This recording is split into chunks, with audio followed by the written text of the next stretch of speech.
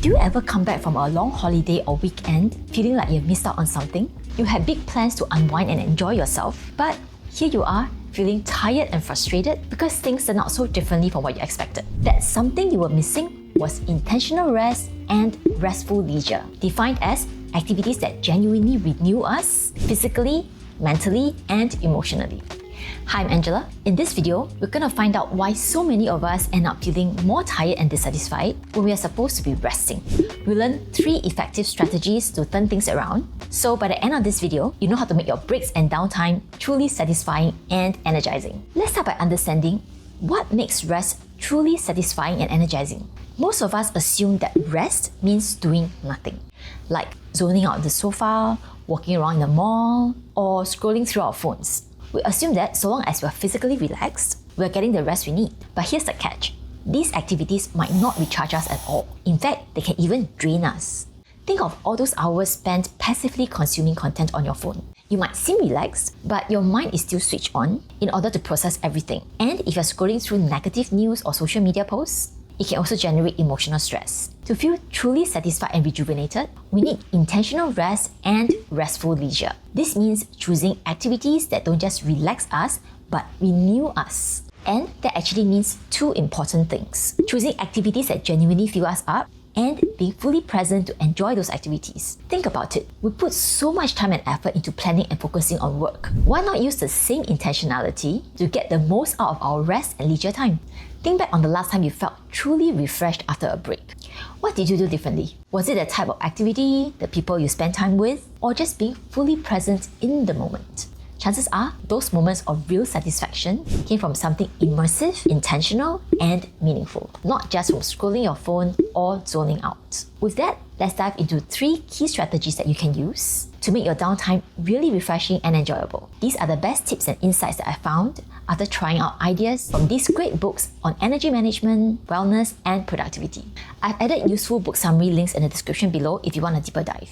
For now, let's start with the first strategy, self-care and flow activities. This is about engaging in activities that make you feel good, whatever that means for you. It can include walking by the beach or reading a good book at your balcony, or you can take it up a notch by including flow activities that allow you to become so absorbed that time just seems to fly right past. A few activities might already be coming to your mind, but here are a few more options that you can consider to level up your leisure activities. First, physical activities that get you moving. These can range from high-energy activities like soccer, dancing, or rock climbing, to gentler movements like yoga or a leisurely walk. When you engage in physical activity, your body releases feel-good hormones like endorphins, which help to release stress and improve your mood. Physical movements also increases blood flow, bringing more oxygen to your brain and body, which can leave you feeling more alert and alive. Second, creative activities. Painting, playing music, or working on a DIY project can all help you to tap into a different part of your mind. Think of these activities as things that let you create with both your hands and your mind, whether it's fixing up an old gadget, building something from scratch, or crafting. Creative work brings a sense of calm and fulfillment that stays with us long after the activity itself. Third, time in nature. Nature is one of the best places to zone out and just let your mind wander in a way that is actually restorative. You could take a nature walk, go fishing, or combine nature with other high-energy or creative activities like windsurfing, mountain biking, or outdoor photography. Can you see how different these activities are compared to just killing time? Yes, you are still using energy and engaging your mind and body. But by choosing the right activities and fully immersing yourself, you end up feeling so much better. You can deep dive further into this video where we talk about how to prepare yourself for getting in flow or in the zone. Now, let's look at the second strategy, social connections. Quality social time is one of the best ways to recharge. In fact, we can enhance many of the activities that we just discussed by sharing them with others. This is effective for all human beings, regardless of whether we are introverts or extroverts. The key is to be intentional and mindful about your interactions, be it in a group setting or a one-on-one interaction. Here's an important thought. Often, we claim to work really hard for our family and loved ones. Yet, when we actually spend time with them, we are distracted and not fully present. You can change that with just one simple decision. Make your interactions count. Block out parts of your off days or holidays where you commit fully to spending time with your loved ones. Or organize activities that make it natural for people to put their devices away and just connect with each other. Like a tech-free dinner, game night, or a short outdoor adventure with friends or family. When we set aside our devices, we can shift our focus to one another and to the experience at hand. This makes the time together feel deeper and more satisfying.